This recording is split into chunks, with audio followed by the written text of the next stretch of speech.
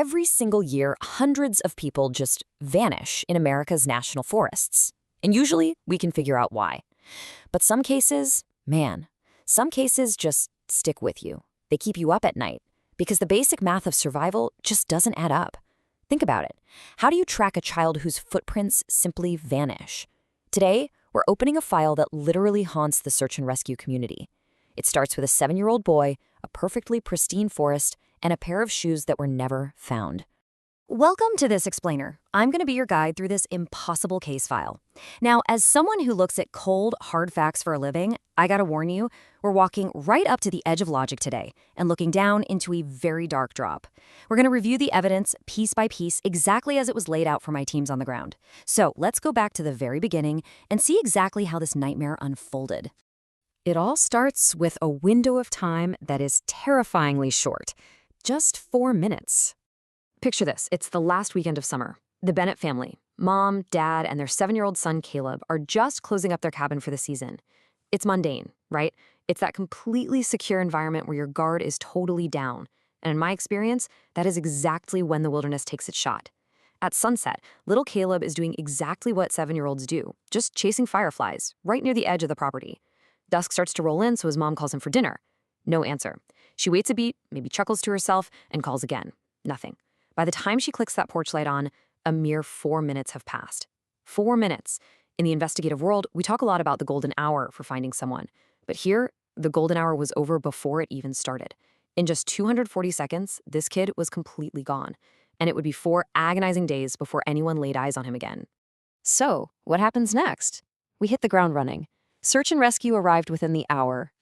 When you have a response time that fast, you generally expect a swift, happy resolution.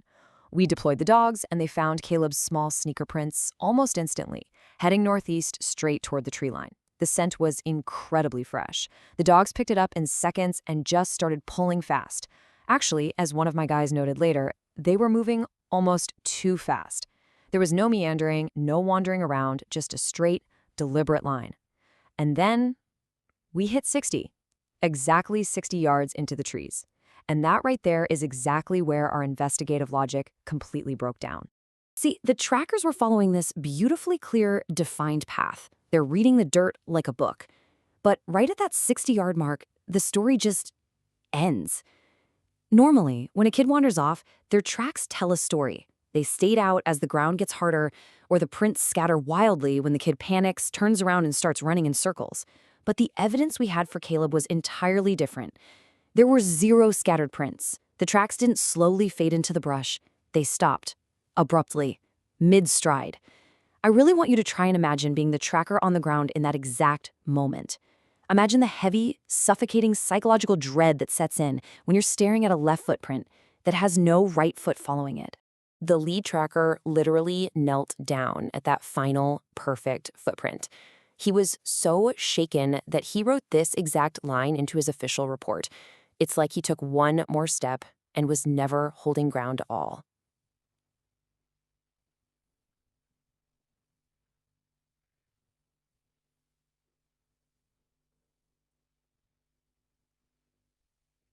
Seriously, where does the child step next when they are no longer on the earth? And just when we thought we were dealing with the searcher's worst nightmare, the environment itself decided to turn against us. As if the physics of this disappearance weren't baffling enough, that night, the sky just broke wide open. This freak torrential storm rolled in out of nowhere, bringing heavy, freezing rain and basically 0 visibility. Now, anyone in search and rescue will tell you that a downpour like this is a death sentence for a scent trail. It washes everything away. The dogs lost it entirely. But we didn't give up. We pushed over 200 volunteers out into that freezing mud. We painstakingly combed 12 square miles of incredibly dense wilderness over 3 absolutely grueling days. And the result of all that blood, sweat, and tears? 0 evidence recovered. Not a scrap of clothing, not a shoelace, nothing. I can't even begin to describe the crushing psychological blow it is to look at a grid you've personally cleared 3 times and just know that a little boy is out there, somewhere, totally unseen. But then, on the morning of day 4, we got a radio call that completely defied explanation. Just as our hope was eroding into total despair, a random hiker, a guy completely unconnected to our massive search effort, was walking a totally different trail. This spot was 4 miles away from where Caleb vanished, and it was positioned across this jagged, treacherous ridge that, honestly, most fit adults wouldn't even attempt without specialized climbing gear. And yet, this hiker looks over and finds Caleb. The condition we found the boy in created this intense cognitive dissonance for my medical teams. Think about it, 4 days with no food, yet he showed zero signs of dehydration, absolutely no signs of exposure to that freezing rain we just talked about. He was completely 100% unharmed despite crossing terrain that should have torn him up. He was just sitting there, cross-legged on a rocky outcrop, wide awake. But there was one glaring anomaly. He was missing his shoes, the very same shoes that left that final print 60 yards into the woods. And they were never, ever found.